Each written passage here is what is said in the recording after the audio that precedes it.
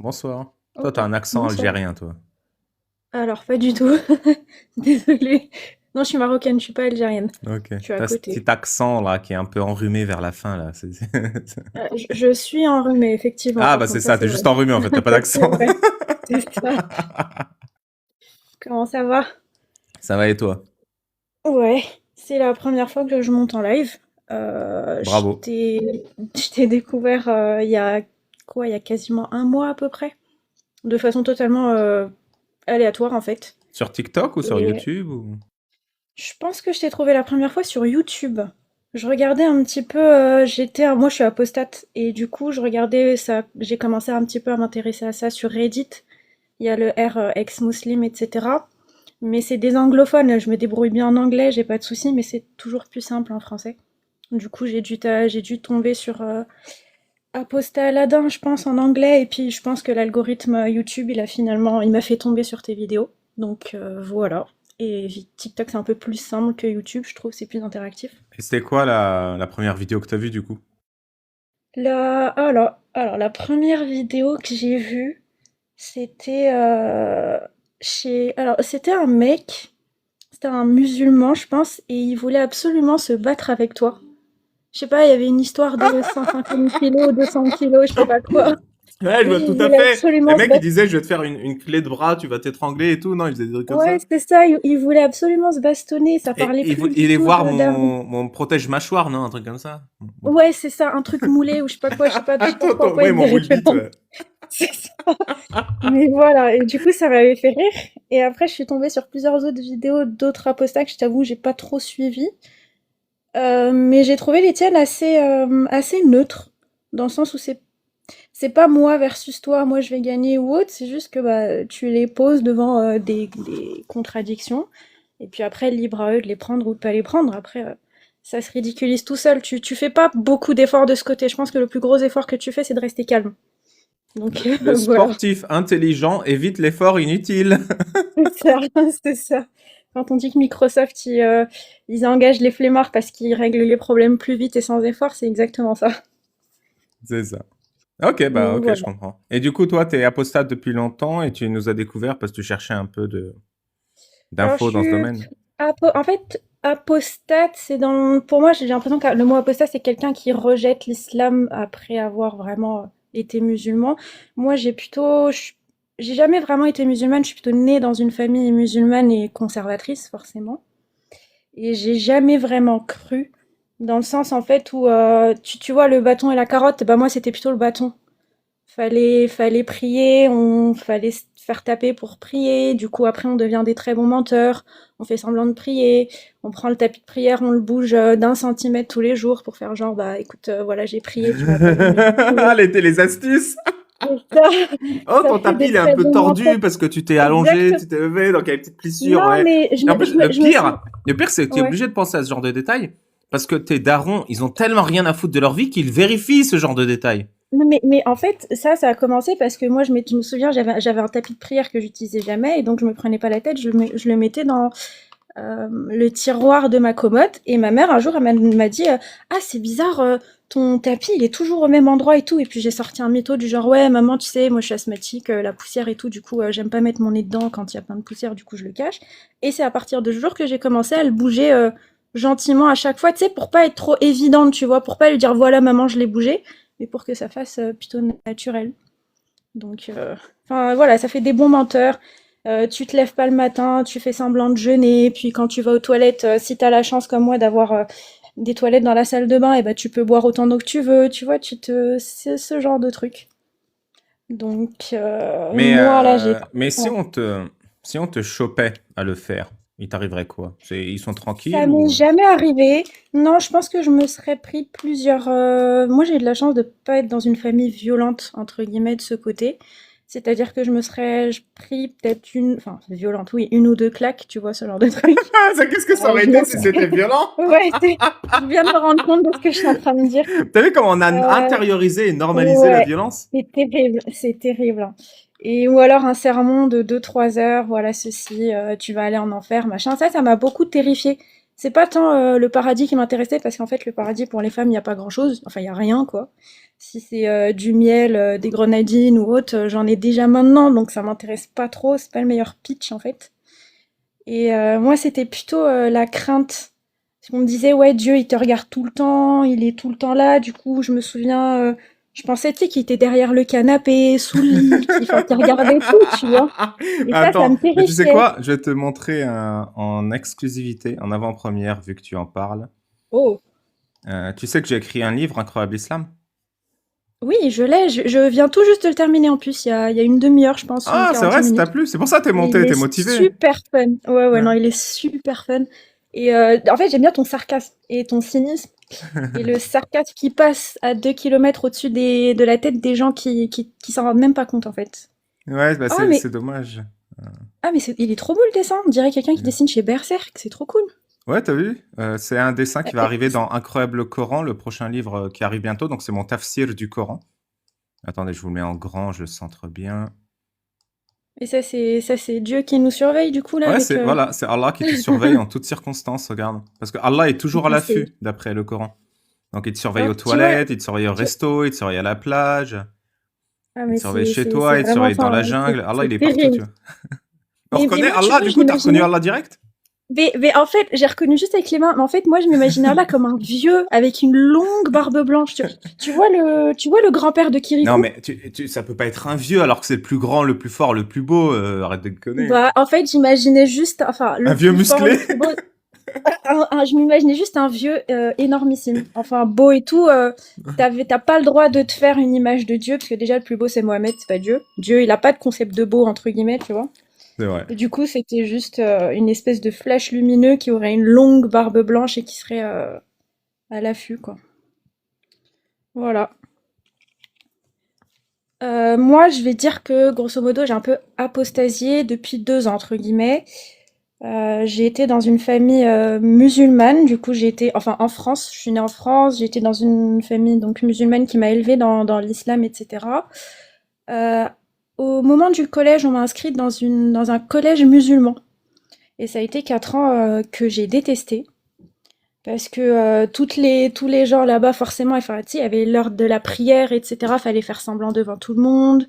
Et puis Donc c'était aussi vraiment, la honte. vraiment, t'étais jamais dans le délire en fait. À aucun moment tu C'est connectes à ça, l'islam. c'est ça. Mais tu te disais Et quoi en tant qu'enfant? Tu te disais c'est bizarre ou c'est ennuyeux ou tu étais lucide que bah, c'était une secte ou tu disais mais qu'est-ce qu'ils me veulent? Tu vois, je veux faire autre chose, je vais bah, aller moi, jouer. alors, le collège, c'était quand j'étais ado. Mais quand j'étais enfant, je trouvais ça trop bizarre et j'osais en parler à personne parce qu'à chaque fois que je posais une question, on me remettait à ma place, entre guillemets.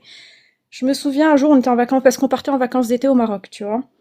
Et forcément, tu revois tous les cousins, t'es content, on s'amuse et tout. Donc personne, on est tous gamins, personne ne prie à l'heure, personne ne fait sa prière, etc. Et du coup, à la fin de la journée, on se faisait toujours engueuler. Et j'avais une tante qui nous disait, ouais, si vous priez pas à l'heure, et bah il y a un étage au paradis spécialement pour les gens qui prient pas à l'heure. Et je l'ai regardé, je lui dis, mais tata, si je suis musulmane, je prie et je vais quand même en enfer. À quoi ça sert que je sois musulmane? Non Et mais je c'est une me suis dinguerie, c'est que pris une l'islam, tarte. ouais, t'as pris une tarte. Oui, T'es dans la et famille du pas coup, violente. depuis, c'est vrai, c'est pas faux ça. Et du coup, bah, j'ai plus jamais posé de questions, tu vois. Je gardais ça pour moi et puis j'intégrais et voilà, c'est tout. Non mais ma famille elle est Donc, pas violente. Quand ils tapent, ils mettent qu'une seule tarte. non, en fait, je pense que c'est parce que j'ai été exposée à des familles beaucoup plus violentes, donc du coup, j'ai tendance à trop relativiser de ce côté, je pense. Je me dis, j'ai de la chance par rapport à ce que d'autres ont vécu. Mais ouais, clairement, ouais, c'est de Non la mais c'est violence, ça, quoi. la dinguerie, c'est que quand tu lis les textes de l'islam, les sources de l'islam sur comment aller à paradis et qu'est-ce qui t'emmène en enfer, tu te rends compte que, en gros, un mécran, il a 100% de chance d'aller en enfer, et un musulman, il en a 99,9, tu vois. Mais oui, c'est ça. Genre, il y a Et le personne pire, qui est c'est que serein. c'est ça. Mais en fait, le pire, c'est qu'à cette époque, moi, l'islam, comme je t'ai dit, c'était plutôt culturel. Je ne lisais pas le Coran, je m'intéressais pas, et tout ce que je connaissais, c'était ce qui était censé en faire le prosélytisme dans mes oreilles, c'était que du négatif. Si tu pries pas, tu vas en enfer. Si tu te... Une tante, bah voilà, j'étais ado au moment du collège, donc tu sais, adolescent, indépendamment de change, t'as ta psychologie qui change, il se passe plein de trucs. Et en plus de ça, tu dois te voiler, parce que si t'as tes règles, tu te voiles. Donc moi, je me suis pas voilée à cette époque-là. Toutes les filles de tout le collège et le lycée, ils étaient voilées, et moi, j'étais pas voilée. On n'arrêtait pas de me poser la question. La prière collective, si t'as tes règles, bah, tu te donc on voit que tu pries pas, donc on sait que tu as tes règles, donc on se moque de toi. Mes parents En ensuite, plus, 4 semaines de ouais. règles, ça fait beaucoup, hein. C'est le premier Ramadan, j'étais censée j'étais censée le jeûner, je l'ai pas jeûné parce que mes parents ils m'ont pas obligée. Mais du coup, j'étais un peu la paria de la classe. Du coup, après, je l'ai jeûné. Mes parents, je me souviens, j'étais en quatrième, en troisième, je pense en troisième, c'était le brevet. Ils sont partis au Hajj, tu vois. Et ils m'ont fait, entre guillemets, le plus beau cadeau que les parents puissent faire à leur enfant. Ils m'ont emmené avec eux. Je me souviens que j'avais Amin prié ya de toutes Rab. mes... C'est terrible. Et je me souviens que j'avais prié de toutes mes forces que j'ai mes règles à ce moment-là. Je les ai eues, mais ma mère, toute compréhensive qu'elle était, m'a dit, mais non, mais l'islam est une religion de facilité, tu peux venir, il y a aucun souci, machin, il y a plein de trucs comme ça. Je me souviens même pas. Et c'était à une époque, c'était tombé pendant les vacances de Noël. Donc ça me faisait même pas rater des cours, ça me cassait mes vacances, tu vois. Attends, Donc pour moi, j'ai deux questions. Ouais, c'est vrai qu'en vas-y, plus, dis-moi. les rituels religieux pendant les vacances, alors que toi, t'es un gamin, t'as juste envie d'avoir des C'est vacances. terrible, ouais. La Dis-moi. première, c'est t'as grandi en France ou au Maroc? Non, j'ai grandi là j'ai 30 et quelques. Ouais. J'ai grandi en France pendant mes 15 premières années et ensuite j'ai passé 15 ans au Maroc puisque mes parents ils ont décidé de rentrer et là je suis rentrée en France depuis 2 ans. Et donc, tu as fait le Hajj à quel âge, pardon? Je devais avoir 13 ans ou 14 ans. Donc, C'était tu en vas quatrième ou tout en me troisième. raconter. Parce que ça fait des mois, je cherche quelqu'un qui a fait le Hajj.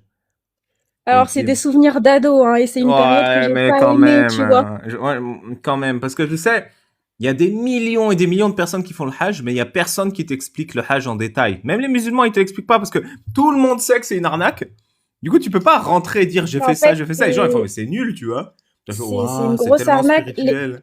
C'est pas du tout spirituel. Les deux souvenirs que j'en garde, c'est que ça sentait très mauvais. Et il y avait énormément de personnes et j'avais trop peur à n'importe quel moment mais littéralement me faire piétiner.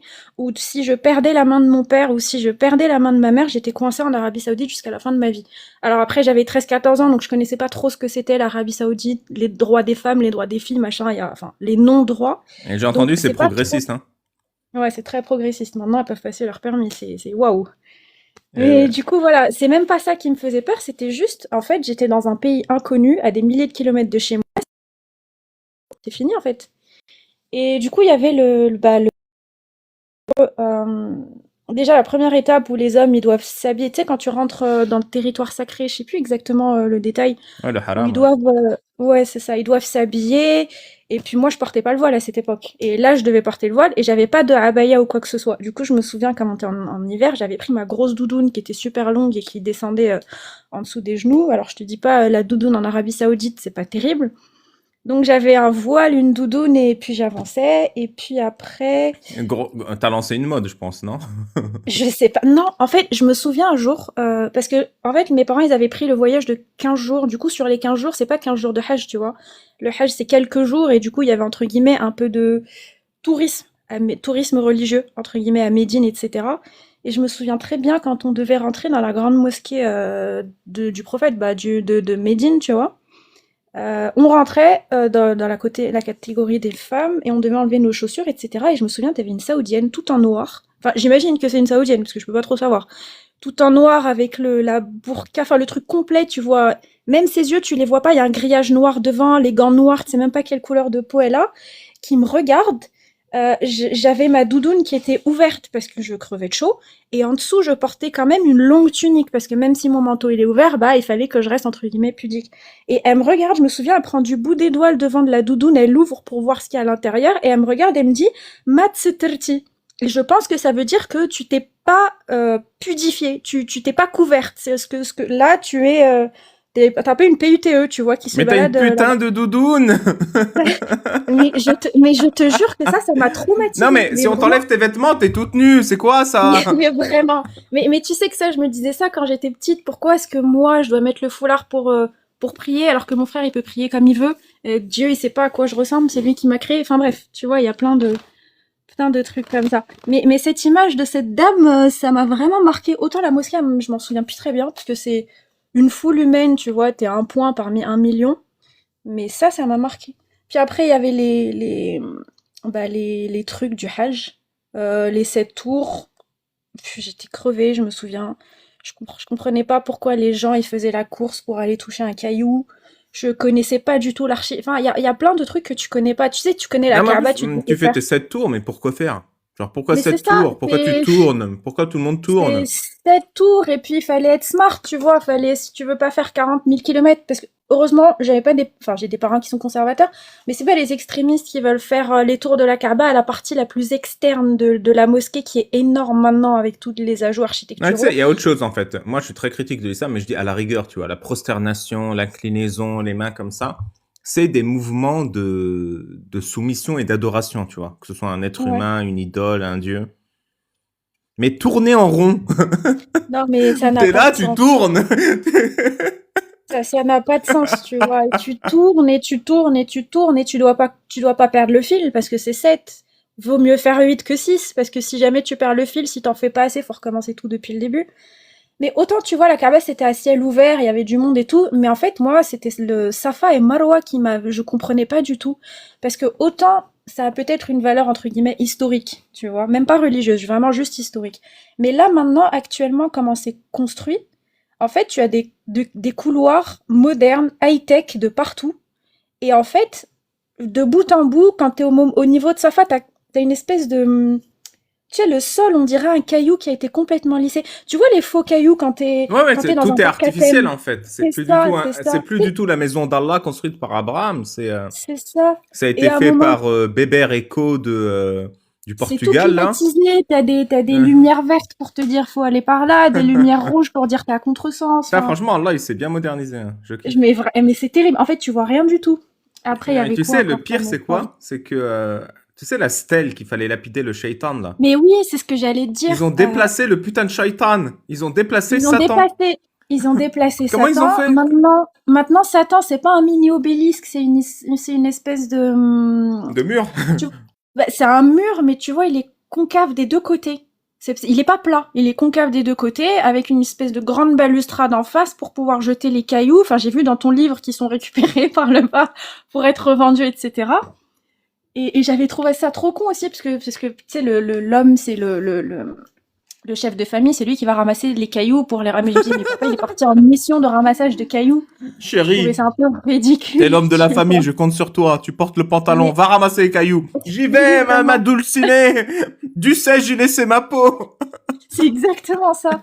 Je me souviens qu'il m'avait donné un caillou pour le jeter de façon symbolique, mais il me semble que pour les femmes, elles sont pas obligées de le jeter, que le chef de famille peut s'en occuper à leur place. Du coup, on avait reculé. J'étais avec ma mère, on attendait que mon père y revienne, et à un moment donné, il y avait eu un mouvement de foule. Et je pense que j'oublierai jamais le regard de terreur que ma mère a eu à ce moment-là, parce que pour elle, c'est bon, on allait se faire swipe, tu vois. Il y avait ça, et puis à un moment donné, on avait passé une nuit à la Belle Étoile. Je sais plus, ça correspondait à Ouais, quoi, si, je je vais pense. t'expliquer ça, on va y aller, mais avant, je voulais faire un commentaire. C'est que c'est quand même le parc d'attractions le plus rentable de la planète, hein. C'est Ok. horrible, hein. Les mecs, Ah oui, ils ont d'ailleurs, fait un système de cailloux, un mur, 3 LED pour indiquer le chemin.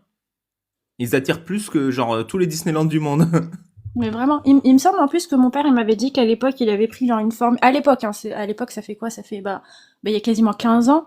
La formule VIP a coûté 3 500 € par personne, je pense. Et du coup, c'était une grosse dépense. Non, mais Et ça a eu moi, j'étais trop terrifiée. monté, hein. C'était à 15 ans, C'est ça. aujourd'hui c'est genre 10 000, hein. Ouais, et j'étais mal à l'aise parce que je dire, mais papa, mais dépense pas 3 500 pour un truc que je veux pas, en fait. Non, mais Ça c'est une dingue. m'intéresse Moi, je pas, pensais tu la vois. même, hein. J'avais 14-15 ans. Moi, par contre, j'étais musulman, j'étais dedans. Mais quand ma mère elle me disait, allez, je vais aller faire un pèlerinage, ça coûte 6 000, j'ai fait, mais attends, on va en vacances, meuf. Mais c'est ça, on change de maison, enfin, on En déménage, plus, on ma fait un mère, elle truc l'a déjà bien, fait. tu J'ai vois. fait, pourquoi tu le refais? Pour effacer mes péchés. Et moi, je lui fais à ma mère, mais t'as rien fait de ta vie, t'as buté personne, t'as rien Mais, volé, tu non, restes mais à en la maison, plus, tu tu fais à sais, bouffer, tu fais le linge, mais elles vraiment, sont où tu sais, tes opportunités de braquer une banque, là? non, mais j'ai vu dans un de tes lives que tu comptais faire plusieurs petits livres comme ça, et il y avait un des concepts, je pense, c'était le speedrun des Hassanat ou un truc comme ça, Ouais, c'est les ça, meilleures ouais, ouais. techniques et les meilleurs tips. Ouais. Mais le meilleur tip, il me semble que c'était genre de jeûner juste avant Yawm Arafat ou je sais pas quoi, et de Arafat à Arafat, t'auras tous tes trucs qui sont effacés, donc Oui, en fait, tu fais pas c'est grand chose. Laylatul Qadr. Inna Laylatul Qadri Voilà. khayru alfi shahr. C'est une nuit, Non, tu non, la non, non, jeûnes, elle non, vaut non, 1000 mois, un truc comme ça. non, voilà, non, tu as Laylatul Qadr, mais tu as aussi le jeûne de, je sais pas si c'est Arafat ou la veille de Arafat. Ouais, il y a un Comme quoi, délire, si ouais. tu jeûnes, il y a un truc comme ça. Mais bref, voilà. Il y avait ça, le jour de Arafat, je me souviens que c'était un jour où il s'est rien passé. Parce qu'on est des femmes, forcément, on attendait dans les tentes et c'est les hommes qui faisaient tout. Ah, Donc attends, on attends, tu était devais me parler de la dehors. belle étoile. Donc, Oui, je sais. Alors là, par contre, de façon bizarre, c'est une des meilleures nuits que j'ai passées de ma vie. Et c'était parce que c'était plus confortable, en fait, je pense que les tentes, les espèces de campements où on dort, où t'as 1 mètre pour tu et vois, un en mètre plus, de c'est des largeur, et on campements est de tous groupe, entaillés non? comme Vous des êtes, genre, vous sardines. dormez tous avec On des était en inconnus et tout. groupe. Bah, inconnu, oui. En fait, moitié-moitié, on était dans un grand groupe. Du coup, Ouais. c'était comme si tu avais ton quartier à toi dans ta tente, quoi, tu vois. Ouais, mais ça reste des quartiers publics, quoi. C'est pas privé. Ouais, bah oui, après, c'est un groupe de gens, on est ensemble dans le même groupe. Du coup, le chef du groupe, il a les passeports de tout le monde. Mais Ouais. oui, pour moi, tout le monde, c'est à part ma mère, Mais dans la tente, je connaissais personne. les toilettes, elles étaient propres? Ah non, ça c'est. Non, non, ça, oh là, tu m'en parles, là, j'ai complètement oublié, je pense que c'est un souvenir refoulé. C'était pas des toilettes de tente, c'est genre, tu as. En fait, tu vois, c'est vraiment. En fait, t'as l'impression que c'est des campements de réfugiés. Parce que t'as vraiment plein de groupes de tentes, et de temps en temps, c'est le square central où t'as les toilettes. Et c'est terrible. Bah, t'imagines le monde entier qui va faire ses besoins là-bas. Les types de gens que tu peux rencontrer, que ce soit homme, c'est. Oh là, j'ai même pas envie d'y penser, c'était horrible. Tu m'as dit C'était l'odeur, vraiment elle était horrible. horrible aussi. Pourquoi? Ça puait En à fait, cause de... parce que ça transpire de fou. Imagine, les hommes, ils ont une espèce bah, c'est une serviette littéralement autour de la taille et une autre autour des épaules, dans un endroit où il fait super chaud, où on est entassés comme des sardines. Ça pue. Tu peux pas mettre de parfum, par extension, tu peux pas mettre de déodorant, t'as l'impression que la douche c'est haram. Enfin bref, Non, non, ça c'est un des souvenirs qui m'a marqué, tu vois, du Hajj, c'est l'odeur ambiante qu'il y avait. Et Après, il y avait le il s'est jour rien de... passé le Ouais. jour de Arafat, tu m'as dit? Bah, il me semble, mais là vraiment, là j'essaie d'y penser, j'en ai aucun souvenir.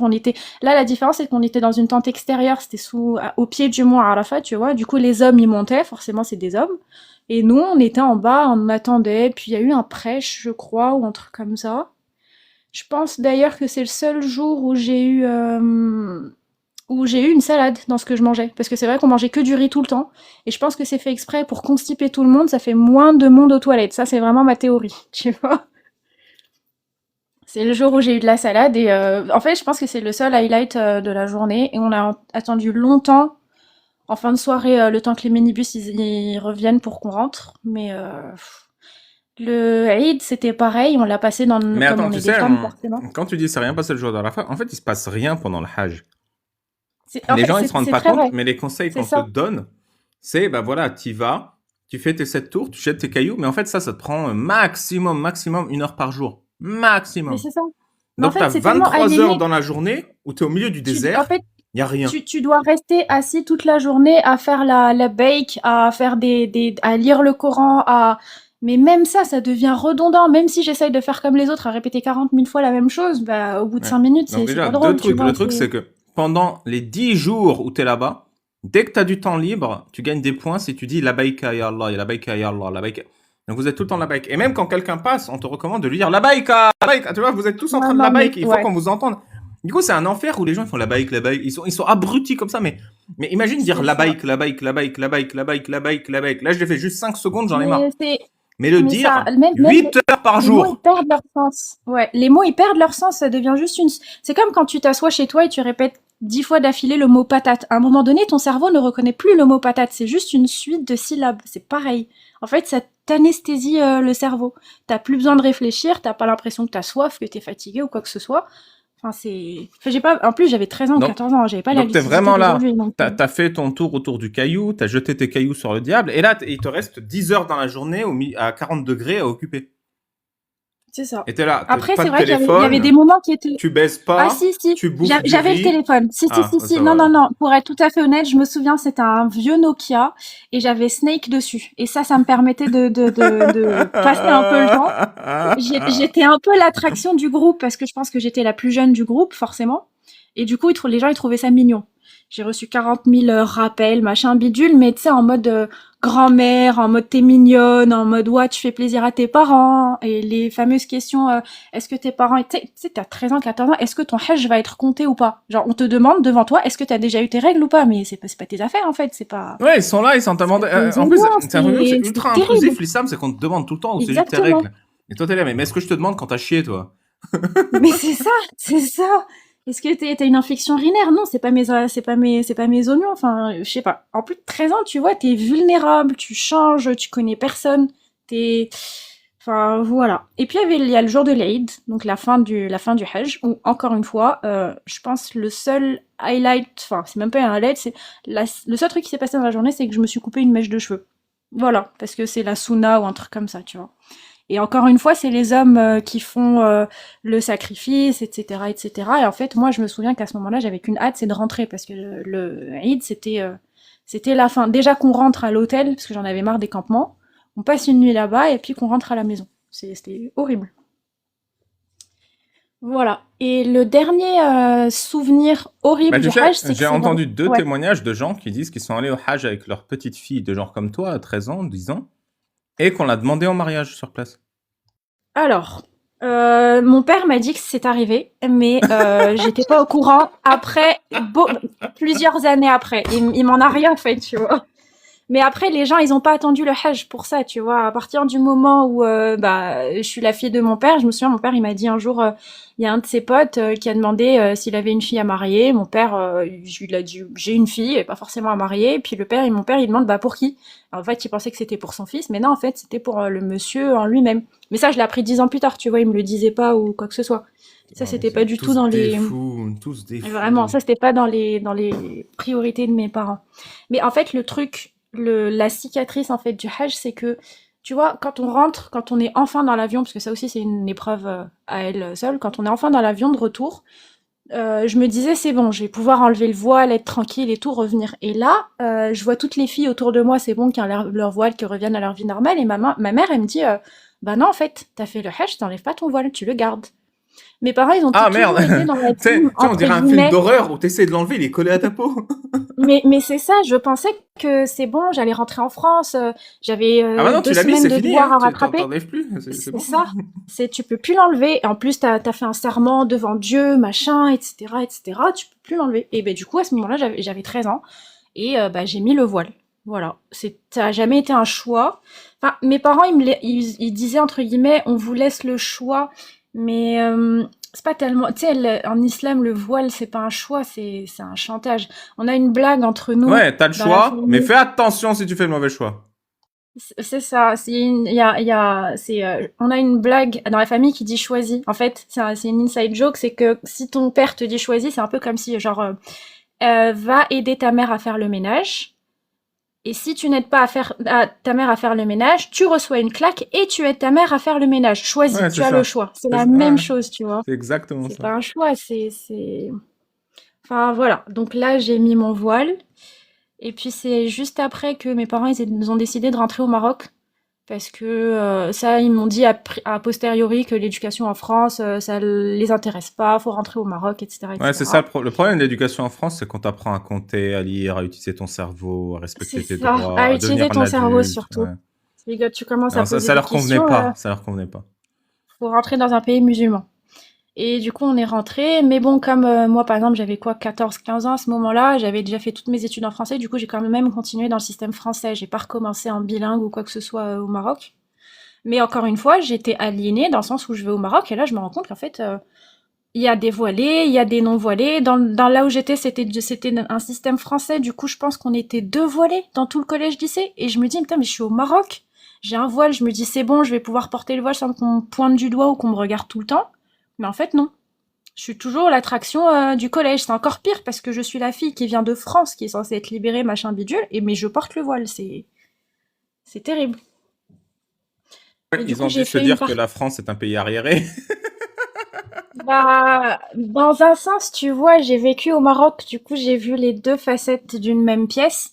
Alors, c'est vrai que le Maroc, c'est un pays musulman. C'est vrai il y a certaines lois, la charia, etc. Mais indépendamment, en fait, du système du gouvernement, quand tu vois les gens au Maroc et les gens en France, l'islam en France, c'est un islam terrible. C'est vraiment tout ce qui est extrémiste, extrêmement communautariste, machin. Au Maroc, c'est vrai que il y a tous les problèmes d'islam au Maroc aussi, hein, je dis pas qu'il y a pas, tu vois, mais ça fait partie aussi de la culture. En France, non. C'est ça, tu vas en enfer, tu dois faire ceci, c'est terrible, hein, c'est très différent. Donc, j'ai fait mon lycée au Maroc, j'ai fait mes études au Maroc, et après, bah, j'ai décidé de rentrer. Je voulais plus. J'ai eu une opportunité de revenir en France comme je suis binationale. Donc, je suis rentrée, et à la frame où je suis rentrée, j'ai enlevé mon voile. Voilà. Grosso modo, c'est un peu ça l'histoire. Mais t'es rentré seul, du coup, en France? Euh, on est plusieurs dans la fratrie. J'ai un frère et une sœur qui étaient déjà ici. J'ai une sœur qui est au Maroc, qui est elle très pratiquante. Mes parents sont restés au Maroc, mais je suis un peu rentrée seule, si tu veux, parce que mes frères et sœurs, ils étaient déjà ici pour faire leurs études aussi. Donc voilà. Et t'étais heureuse quand t'as retiré ton voile? Alors là, maintenant, là, ça ferait 2 ans et j'ai toujours énormément de mal parce que quand j'ai. En fait, Attends, ça fait 2 ans, t'appuies t'as dans. retiré ton voile à 28 ans? Non, là, j'ai 33. Je l'ai retiré à entre 30 et 31. Donc t'es rentré du Maroc il y a 3 ans, là, 4 Il y ans. a, ouais, quasiment 3 ans. Ouais, en août, ça va faire 3 ans. Et Bah, là, du coup, je suis rentrée, j'ai passé un mois, j'ai gardé mon voile parce que ma mère, elle était venue aussi pour passer quelques jours avec ma sœur parce que j'étais avec elle. Mais à la frame où c'est bon, j'ai trouvé un poste pour continuer, etc. Et j'ai dû repartir. Bah, du coup, j'ai dû partir trouver mon logement, etc. Là, je l'ai enlevé. Du coup, en fait, au début, j'ai jamais apostasié. En fait, jusqu'à aujourd'hui, j'ai jamais apostasié devant ma famille ou vraiment ouvertement, entre guillemets. Au début, ça a été l'excuse de bah, là où je travaille, je dois pas mettre mon voile et comme je suis quelqu'un de très intègre, je suis pas hypocrite, ça n'a aucun sens de mettre et d'enlever, de mettre et d'enlever son voile à chaque fois, tu vois. Mais après, je ne prie pas, je n'ai quasiment jamais prié, je reçois 40 000 rappels passifs-agressifs. Ma mère, elle est très gentille, tu vois, on est relativement proches, mais ouais, je une ou deux sens que baffes, ça. je sais, une ou deux baffes. Non, mais, non, mais je veux dire maintenant, on est relativement proches, enfin, mère et fille, tu vois, mais je sens que ce fil ténu, si je lui dis que je ne suis plus musulmane, que je l'ai quasiment jamais été, il y a un château de cartes qui va s'effondrer, tu vois. Donc, ma mère, elle est fragile en plus sur le plan psychologique, et du coup, je me dis, pour le moment, c'est pas un combat utile pour moi, tu vois. Donc, voilà, j'évite au maximum de rentrer au bled. J'ai pas trop envie. Je suis rentrée l'année dernière une fois pour l'Aïd. Là, j'ai esquivé l'Aïd qui vient, et j'essaye de voir comment je vais esquiver pour l'autre qui va venir à partir de mai à peu près. Mais ouais, voilà, Tu veux pas, ouais. Donc tu c'est un penses peu que tu pourras jamais compliqué. t'assumer parce que tes parents, ils sont fragiles? Je je pense, non, je pense que là, ça se fait graduellement, tu vois. Par exemple, là, ce ramadan, la petite question avec le petit clin d'œil qui dit, ouais, tu jeûnes ou tu jeûnes pas? Sous-entendu, t'as tes règles ou t'as pas tes règles? J'ai dit, je jeûne pas. Point. Je compte pas m'expliquer plus, mais je ne jeûne pas, tu vois. C'est un peu le truc de maintenant. J'ai aussi, bah, depuis que j'étais au Maroc, j'avais rencontré quelqu'un ici en France. Du coup, on s'est retrouvés. Et ça, c'est bien. C'est pas quelqu'un de musulman ou quoi que ce soit. Donc, il m'épaule beaucoup de ce côté. Donc, pour être tout à fait honnête, il m'a vraiment beaucoup aidé à assumer à voir les choses de façon objective. Parce que j'avais toujours peur, mes parents, attention, mes parents, ils vont dire, parce que mon père, il était assez effrayant. Mais voilà, enfin, le plus gros truc, c'est tu es adulte, tu es majeur, tu es vacciné, tu es en France, qu'est-ce qui peut t'arriver au pire? Et ta vie Ils t'appartient. te veulent, voilà. Et tu es indépendante. En fait, le plus important, je pense, c'est l'indépendance financière. À partir du moment où je suis indépendante financièrement, il peut se passer ce qui peut se passer. Bah, en fait, concrètement, là, aujourd'hui, le 19 février, si il s'est passé quelque chose, il s'est rien passé, je vis ma vie de la même façon, quoi. Fais Ça change pas attention, hein, quand grand-chose. t'as tes règles, tu peux plus accéder à ton compte en banque. Non, ça va, ça va. Ça marche encore de ce côté-là. Et est-ce Mais qu'on a ouais. essayé de te marier durant le temps que t'étais au... Avant que tu viennes Alors, à 30 ans? ma mère, alors non, mon père, il a reçu beaucoup de demandes. Et un jour, Désolé. j'ai été claire avec lui, je lui ai dit, papa, je veux pas me marier. En fait, moi, pendant longtemps, à cause de mon voile, à cause de enfin, c'est une dissonance cognitive, tu vois. Tu t'es pas musulman, mais t'as quand même peur de l'enfer. Enfin, il y a plein de trucs, tu vois, t'essayes d'y réfléchir objectivement et t'y arrives pas. Du coup, à un moment donné, je me disais, de toute façon, il y a personne qui va jamais s'intéresser à moi. Et moi, je ne veux pas me marier parce que je ne veux pas avoir ce problème après avec mes enfants, indépendamment de moi, mais aussi de leurs grands-parents. Hmm. Si j'ai des enfants, ils auront des grands-parents. Donc, à moins que je les enlève de leurs grands-parents, il y aura quand même une influence musulmane. Et le reste de ma famille, surtout ma famille maternelle, parce qu'on n'a pas beaucoup de contact avec la famille paternelle, mais le reste de ma famille maternelle, ils sont très conservateurs, tu vois. J'ai un cousin, je pense, qui est comme moi, qui une fois qui est venu, en fait, lui, il a toujours vécu au Maroc, mais après, il est parti faire ses études en France. Il a quasiment tout coupé enfin, il a pas tout coupé, mais il a commencé à vivre comme il le voulait, tu vois. Mais après, comme c'est un mec, ça dérange personne. C'est normal, un mec, il fait ce qu'il veut, un mec, il a tous les droits, et puis voilà. Et il finira par se ranger, c'est pas grave, tu vois, c'est un mec. Mais du côté de ma famille maternelle, ils sont très très conservateurs. Du coup, c'est là où le bail blesse un peu. Tu sais, c'est des gens sympas. C'est un peu le seul genre de support que j'ai parce que j'ai pas pu vraiment me faire un groupe d'amis ou quoi que ce soit parce qu'on a beaucoup déménagé. À chaque fois, c'était impossible de garder les contacts. Et puis même si tu gardes pas les contacts, faut pas que tu fasses rentrer les gens à la maison. Je veux pas que tu ailles chez les autres personnes. Et du coup, tu as des amis de circonstance. C'est-à-dire des amis que tu vois sur les bancs de la fac, des amis que tu peux voir pendant tes stages ou autres. Mais c'est pas des amis que tu verras en dehors de ces cadres-là. C'est-à-dire si ce cadre n'existe plus, ces personnes, tu les verras plus. Donc je suis en train d'essayer de me construire petit à petit un petit réseau de soutien. Mais voilà, c'est pour ça que je suis pas prête à prendre le problème de façon frontale. Voilà. Et aujourd'hui, tu te Ah oui, sens Ouais, vas-y. j'avais... Non, vas-y, je te dirai un peu plus tard. Bah, aujourd'hui, tu te sens émancipée, tu te sens libre, tu te sens heureuse. Ah, je me sens beaucoup plus libre. En fait, ça rentre petit à petit dans ma vie quotidienne. La liberté? C'est pas une, ouais, en fait, c'est pas une révélation que j'ai eue d'un coup, tu vois. C'est vraiment un truc que je me rends compte, je fais des trucs parce que j'ai envie de les faire, parce qu'il n'y a pas une autorité masculine qui va me dire non, fais-le, non, ne le fais pas. Il n'y a pas la notion de hchouma, tu vois. C'est hchouma de faire ça, c'est hchouma de faire ci. Ouais, ouais. Les gens que je rencontre, quand est-ce que je fais ceci, enfin, ouais, je fais mes choix, quoi, tu vois. Et même du côté vestimentaire, c'est un peu compliqué parce que comme mes années formatives pour m'installer dans mon corps, eh ben, je les ai jamais eues. En fait, je sais plus, tu l'avais dit plusieurs fois que tu avais vu cette phrase, tu vois, quand t'es musulman, je sais plus c'est quoi la formulation. Tu n'as jamais été enfant et t'es jamais adulte. Je sais plus comment Oui, c'était oui, formulé. c'est de l'apostat qu'à faire. L'adulte que je suis n'a jamais été enfant et l'enfant que j'ai été n'est jamais devenu un adulte. Exactement. Bah, en fait, c'est exactement ça.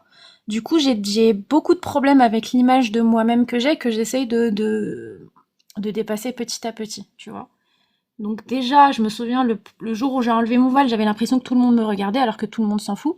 Mais pas tout le monde s'en fout de façon méchante, mais juste chacun sa vie, quoi. Genre, il y a personne qui me regarde en particulier. J'avais l'impression que je faisais une énorme bêtise, que j'ai jamais Bah, pris soin de mes cheveux comme je devais, tu vois. bah oui, je comprends tout à fait ce que tu ressens. Moi, j'avais la même chose avec la sexualité. C'est-à-dire que le fait Et que tu te ouais, c'est ça. masturbes ou le fait que tu embrasses une fille ou que tu tiennes la main d'une fille ou que tu fasses l'amour à Ah une ouais, c'est femme, terrible. eh ben, t'as l'impression que la terre entière le sait. Ouais, et Alors que qu'en la terre fait, entière te juge. alors qu'en fait, tout le monde s'en branle. En fait, à part les musulmans, tout le monde s'en branle de ta vie sexuelle. C'est ça, exactement. Enfin, C'est vraiment ça. j'exagère un peu, non, non, parce que ils se soucient quand même des homos et tout. Il y a tous les bigots de Oui, oui. toutes les sectes. Mais de manière générale, Ouais. toi, les gens n'en ont rien à foutre que tu te sois fait sucer hier ou que tu te sois fait doigter demain. Ils s'en battent les couilles. C'est très, ouais, c'est ça. Mais dans Et l'islam, on mais te ça, rend cette paranoïa que tout le monde doit savoir quand tu baises, tout le monde doit savoir pour ta nuit de noces, tout le monde doit savoir qui tu baises, tout le monde. ouais. C'est ultra toxique et tu deviens parano de ça.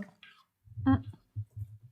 Ouais, bah c'est ça, hein. Pareil pour les vêtements, il fallait toujours que les vêtements ils soient au niveau des genoux, que ça ne montre pas les formes. Je veux dire, bah, mettez-moi dans une boîte, quoi. Mais même maintenant, quand j'essaye d'acheter des vêtements, j'ai toujours ce réflexe d'aller choisir un truc un chouïa plus large, un truc un peu plus baggy, un truc un peu plus long.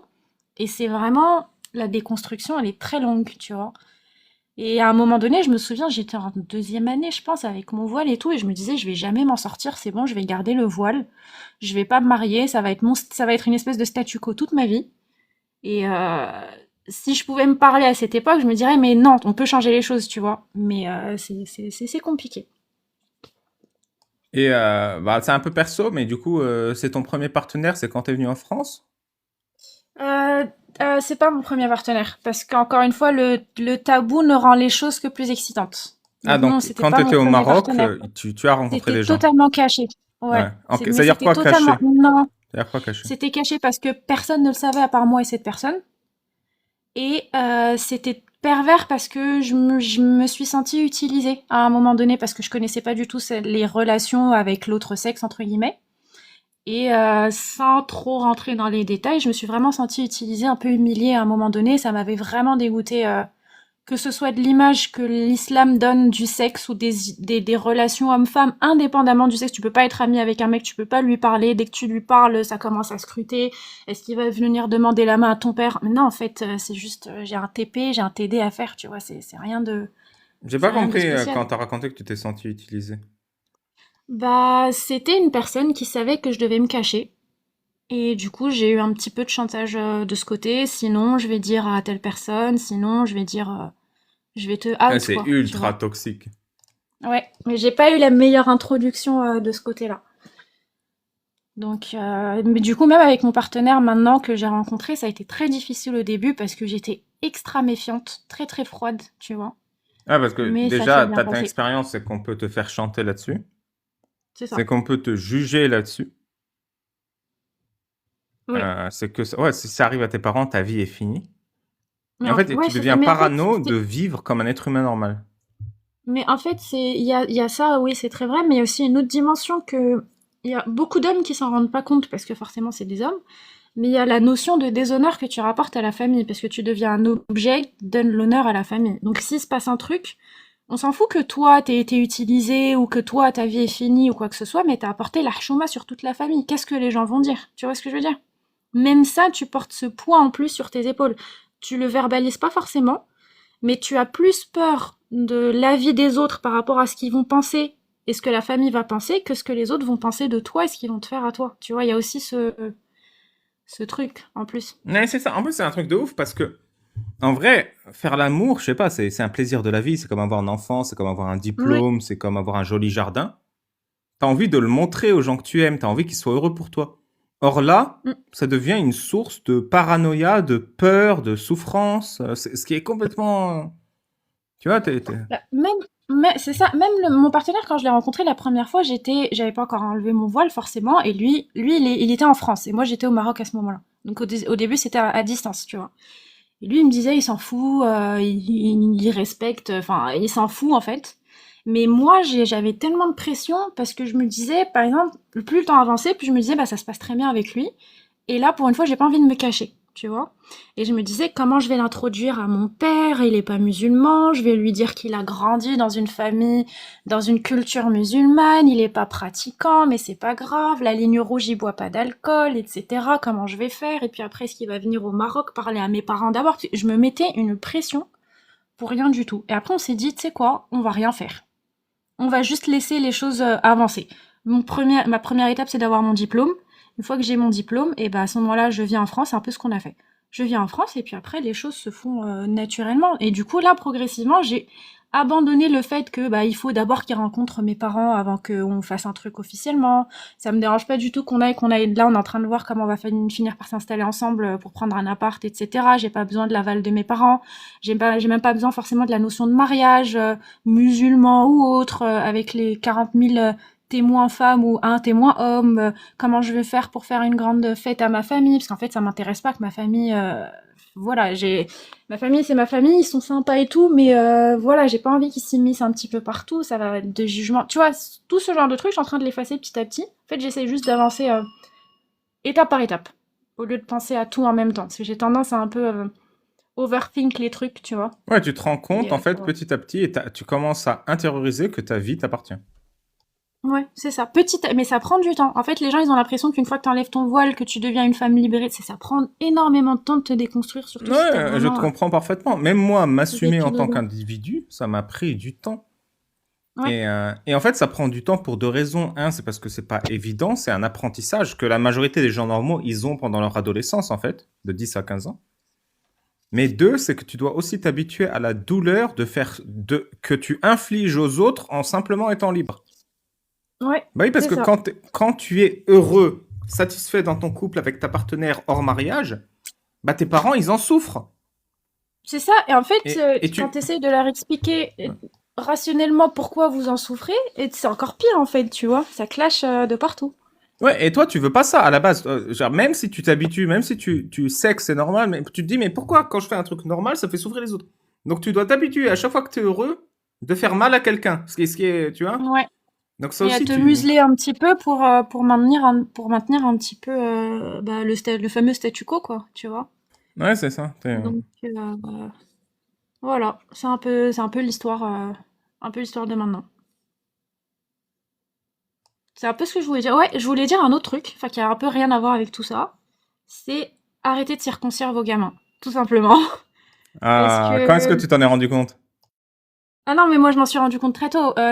Alors, mon frère, alors, je suis chirurgien pédiatre. J'ai fait des études en chirurgie pédiatrique. Donc moi, je fais les circoncisions. Je sais ce que c'est. Je sais ce que c'est que l'indication médicale, enfin les indications médicales de la circoncision. Et je sais, il n'y a pas de circoncision en France rituelle. Après, il y a tous ceux qui tournent autour. Arrêtez de circoncire vos enfants. Mon frère, il avait, je me souviens, ça c'est un souvenir très vif quand j'étais petite, quand mon frère allait se faire circoncire, mes parents ont eu la présence d'esprit d'aller voir un médecin, ce qui n'est pas toujours le cas avec les gens. Le médecin, il a donné le rendez-vous pour la circoncision, etc. Et il s'est avéré, le jour de l'opération, mon frère était anesthésié, ils se sont rendus compte que mon frère était hypospade. L'hypospadias, c'est quoi? C'est une pathologie des garçons où le petit trou par où le pipi passe, il n'est pas à son endroit, il est pas au sommet, il est un petit peu plus bas sur le trajet. Et ça, c'est une contre-indication absolue à la circoncision. Pourquoi? Parce qu'on a besoin de la petite peau autour pour faire la reconstruction. Et du coup, le pauvre mon frère, il s'est retrouvé, au lieu d'être circoncis, c'est une opération qui dure 10 minutes et à tout casser et puis sort. Il s'est retrouvé avec une intervention qui dure 1h30, 2 heures, elle est beaucoup plus délicate, avec des soins post-opératoires très très lourds. Et même nous, en tant qu'enfants, on était impressionnés. Je dis, mais pourquoi ils ont fait ça aux zizi de mon frère, quoi, tu vois? Parce que le pauvre, il était à la maison, à l'air libre, avec les cuisses ouvertes, un gros pansement énorme, un tuyau qui sort, etc. Moi, j'ai fait des études, etc. dessus, il y a des indications. Il n'y a pas d'indication d'hygiène pour les enfants. Cette rationalisation de la circoncision, les gens font la circoncision pour se différencier de je sais pas quel peuple avant, parce que Abraham l'a fait avant, mais il faut arrêter de dire que la circoncision, c'est pour l'hygiène, qu'on a Non, fait mais tu des études, sais, nanani c'est nanana, que pire pour que ça, l'hygiène. hein. C'est pire que ça. Ça me saoule. Il touche le pénis d'un enfant et il le modifie chirurgicalement parce que Dieu leur a demandé. Et La c'est dinguerie, ça. elle est là. Depuis quand Dieu m'a dit de toucher une bite? C'est une bonne raison de toucher Mais une bite. c'est même pas ça, c'est parce que supposément, un homme, il y a des milliers d'années, a décidé de faire une espèce d'auto-sacrifice à son Dieu, et du coup, tout le monde le fait après. Ça n'a aucun sens. Et ça Non, me... non, c'est Ça, pas un mais auto-sacrifice, hein. C'est un pacte d'amitié. Il a signé un ah pacte oui, d'amitié, un sa bite pacte servait de d'amitié. stylo et le sang servait d'encre. C'est terrible, c'est une Ah, faut... mutilation en fait. Les gens, ils se rendent, quand on leur dit les mots, c'est une mutilation que vous faites à votre enfant. Mais non, mais vous pouvez pas comprendre, mais on est musulmans, mais vous heurtez notre sensibilité. En fait, je m'en fous d'heurter. Si j'heurte ta sensibilité et que de l'autre côté, on mutile un enfant, je pense que je m'en fous un peu Mais tu d'heurter la sais, c'est pire que sensibilité de ça, ceux qui hein. disent ça. Récemment, j'avais vu un article. Il faut arrêter de diaboliser les mutilations génitales féminines parce que ça ostracise les populations immigrées au Royaume-Uni. Mais ostracisez-les, c'est terrible! Non, mais le C'est niveau terrible! d'aliénation, quoi, le niveau de C'est mépris pour n'importe les quoi! femmes mutilées, tu vois. C'est terrible. Le nombre comme nous on fait, comme je te dis, les circoncisions, il y avait des indications et tout, mais le nombre d'accidents, entre guillemets, de circoncision qu'on doit récupérer nous-mêmes et réparer. Et je regarde les parents, je me souviens, ça m'était arrivé une fois au Maroc. Au Maroc, on avait eu un accident de circoncision chez un enfant qui avait été circoncis chez le barbier. Donc, pas d'anesthésie, on pose l'enfant sur une table, t'as un homme par bras, un homme par jambe et t'as le mec qui coupe. Forcément, ça n'a pas cicatrisé, il saignait de partout et du sang partout, il vient. Attends, avant que tu Mais je racontes regarde le... l'histoire, j'ai deux questions. Le nombre Vas-y. de circoncisions mal faites qu'on doit réparer, c'est combien? Une fois par semaine, une fois par mois, une fois par... Non, j'en avais une par garde, sachant que je faisais... Au Maroc, le rythme était terrible, je faisais 1 à 2 gardes par semaine de 24 heures. Deux C'était au fois moins par un ou deux par semaine? garde. 2 à 4 Au par moins, semaine de au moins. circoncision ratée? Sur les 2 à 4 circoncisions ratées, on en reprenait à peu près une au bloc. Parce que les autres, on mettait des pommades cicatrisantes, on pouvait réparer le truc gentiment, entre guillemets, mais il y en avait une qu'on reprenait. Il y en a un qui avait été circoncis par Alors je pense que c'était un infirmier entre guillemets libéral dans son cabinet et le matériel n'était pas stérile. Il a attrapé la pire gangrène de fournier qui puisse exister, c'est-à-dire une espèce de nécrose, Ah, oui, je sais. toute, tu vois, de toute la zone du périnée. Et nous on devait réparer ça. Il a perdu Mais une bouboule, il a fait un c'est sepsis, il a c'est failli ça qui me mourir. rend fou. C'est ça qui me rend fou, c'est que si le risque pour avoir une nécrose comme ça, c'est un arrêt cardiaque, je prends le risque, tu vois, de l'opération. Mais oui, Mais c'est là, ça. tu prends le risque d'une nécrose pour rien. Mais pour rien, en fait. Et en fait, je me souviens, Je suis pas venu pour souffrir, hein. Excuse-moi. Je sais pas, moi, J'avoue que c'est j'étais pas venu horrible. pour ce programme, hein, je vous le dis. Hein. Je suis désolée. Salut. Non, mais en fait, je me Salut. dis, Non, c'est bien d'en parler. je me dis s'il y a des gens qui écoutent et que ça les choque, moi, ça me dérange pas de les choquer parce qu'il faut qu'ils entendent ça, tu vois. Mais ouais, en fait, ça me surprend parce que j'avais toujours les deux côtés de la pièce. Le jour où je devais opérer un enfant pour un truc qui a rien à voir, je sais pas, une fracture ou autre, et t'as les parents qui disent non, je veux pas l'opérer, je veux voir 40e avis, je vais voir un autre chirurgien, machin, pas de souci. Par contre, pour faire la circoncision chez un mec qui n'a aucune licence médicale, ni rien du tout, pour lui enlever un bout de zizi, sachant que le zizi domine tout dans l'islam, et tu confies ce truc entre guillemets noble en islam à quelqu'un qui n'a aucune licence, je comprends pas en fait cette dissociation. Tu vois, cette non-importance que tu accordes à ça pour mutiler en plus ton gosse, tu vois. Enfin voilà, ça me tenait à cœur. Je voulais en parler. Bah, je suis heureux que ça te tienne à cœur autant que ça me tient à cœur. Je pensais que j'étais le seul. Enfin, il y a Amir et tout. Non, t'as totalement raison. À chaque fois que tu le mentionnes, ça me fait rire, parce que toi tu le dis sur le ton de la rigolade, tu vois, mais il t'est rien arrivé, donc tant mieux. Mais quand nous on doit gérer les autres trucs, Ah si, il nous est arrivé quelque chose. Si, je vais dire, ouais. Voilà. Je relativise un peu trop, ouais, je relativise. Oui, il n'y a peut-être pas eu un de peu trop. complications. Il n'y a pas eu de Mais quand complications, même. voilà, c'est ce que je voulais dire. Donc, voilà. Je tenais à parler de ça parce que j'ai la data dessus. Je peux en parler. Du coup, t'as lu le discours d'un bout dans mon livre, vu que tu l'as fini là il y a une demi-heure. Oui, j'ai lu toute, ça m'a, en plus, à la fin, t'as mis plein de petites citations, là. Ouais, ça t'a Avec plu le bout carré. Ah, ça m'a trop fait rire. Ça m'a vraiment fait rire, c'était pas mal. Mais non, mais le livre, il est très sympathique, très cynique, très, pas second degré, mais 40e degré, tu vois. Faut vraiment lire et lire et lire pour s'en rendre compte. Et Donc, ça exorcise un c'était peu, drôle. non? Ça t'a fait du bien dans ton Ouais, processus? non, ça fait rire. Bah, en fait, ça exerce, parce que moi, je suis une grande adepte du sarcasme, tu vois. Je parle avec beaucoup de sarcasme avec les gens. Et c'était exactement mon type de lecture. Donc ouais, non, j'ai vraiment adoré. Et mais du coup, j'ai hâte de lire un peu la suite, quoi. Voir Ah ce ouais, qui va ça arrive, sortir hein. Il y cette a année. Incroyable Coran volume 1 et 2. J'ai fini de les écrire, mais les illustrateurs, ils ont un peu les doigts dans le cul, donc ça prend du temps. Ouais. Mais le texte, il est quasi fini. Il faut mettre en page, il faut imprimer. Mais cette année, je pense qu'il y aura 4 ou 5 livres qui vont sortir, hein. Il y a les 2 Incroyables Mais Coran, peut-être un troisième. Il y aura les mini-livres, les 40 hadiths de Babal, sur plusieurs thèmes. Donc, ouais, j'ai vu sur, enfin les derniers, j'ai quasiment suivi un petit peu les derniers lives depuis ces 2 dernières semaines, donc ouais, j'ai vu ce que t'en avais dit. ouais. Mais du coup, ouais, le livre, il est très bien parce que moi, j'ai l'impression d'avoir trop perdu. C'est pas que j'ai perdu mon temps avec l'islam, c'est qu'en fait, l'islam m'a fait perdre trop de temps et ça ne m'intéresse pas au jour d'aujourd'hui d'aller lire Sahih Bukhari, de lire les traductions du Coran pour avoir la data, pour pouvoir débattre avec les gens. Je t'avoue que moi, j'ai pas cette patience. Par contre, le livre, il donne.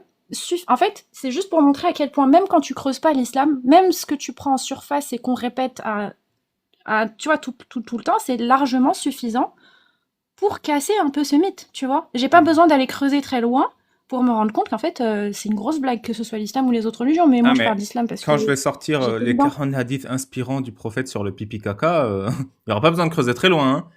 Ouais, non, mais tu sais, parce qu'il y a beaucoup de débats quand t'as quelqu'un qui rentre, qui a appris 2 mots, du genre, ouais, l'épistémologie, le machin, le bidule, et on commence à débattre. C'est pas ça, le débat. Le débat, pour moi, à la base, je pense, le truc qui m'a fait le plus réfléchir, vraiment, la première fois, il y avait une poésie en arabe qui disait comme quoi, je me souviens plus hein, du texte exact, mais la traduction, c'était que Dieu sait tout ce qui a été, tout ce qui est et tout ce qui sera, et il sait tout ce qui aurait été si quelque chose de différent avait été. Et en fait, ça m'a marqué parce que je me disais, en fait, il y a 40 milliards d'années, même avant le Big Bang, Dieu supposément existait. Et s'il avait déjà, Dieu qui est omniscient, il sait déjà tout, c'est qu'il sait déjà que là, aujourd'hui, au 19 février, on est en train de faire un live où je parle de mon apostasie. Donc il sait qu'il va me jeter en enfer. Pourquoi il m'a créé au début? En fait, c'était vraiment ça. Mais en fait, J'ai même pas tu vas le besoin de voir dans connaître Incroyable l'histoire de Coran. Mohamed ou autre. Ouais. Tu vas le voir dans Incroyable Coran, mais Allah, il est incroyablement sadique. Il explique C'est en ça. fait, il a créé les mécréants parce qu'il avait besoin de combustible pour l'enfer. Alors déjà, pourquoi Allah, il a besoin de combustible pour faire un feu? Il peut pas faire du feu sans combustible. Pourquoi il a besoin C'est ça. d'êtres humains comme combustible? Il peut pas prendre du charbon, des trucs comme ça. Donc déjà, il a C'est créé ça. les mécréants comme toi pour que l'enfer brûle, pour pouvoir brûler les autres mécréants.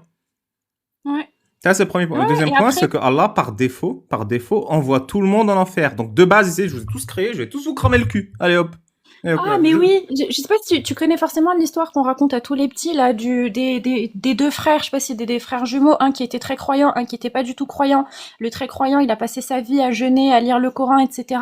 Tandis que son frère à côté, il a passé sa vie dans les boîtes de nuit, machin bidule, et puis chacun était curieux à un moment donné de la vie de l'autre quand même, je vais quand même voir, et puis il Ça s'avère sent que... le hadith inventé. Non, c'est même pas, c'est pour ça que j'ai dit une histoire qu'on raconte aux enfants, tu vois. Moi, vraiment, ça, on me l'a dit quand j'étais enfant, c'était pas vraiment en tant que hadith. Mais, que le frère pieux, il est parti voir son frère en boîte de nuit, il s'est fait, foudroyer là-bas, et l'autre, il a décidé de tester le jeûne, et puis le mauvais est parti en enfer, et le bon est parti au paradis. Je me dis, mais ça n'a aucun sens, tu passes ta vie, et puis sur la miséricorde de quelqu'un que tu n'as jamais vu, qui ne t'a jamais parlé, si ça se trouve, tu vas quand même aller en enfer. Et puis le mec a été un connard toute sa vie parce qu'il a décidé de, je sais pas, le fameux de donner de l'eau à un chien une fois en sortant du puits, bah c'est bon, il va partir. Enfin, ça n'avait pas de sens, tu vois. Puis quand on te dit que Dieu ne nous a créés que pour le vénérer, tu te dis, ok, mais pourquoi?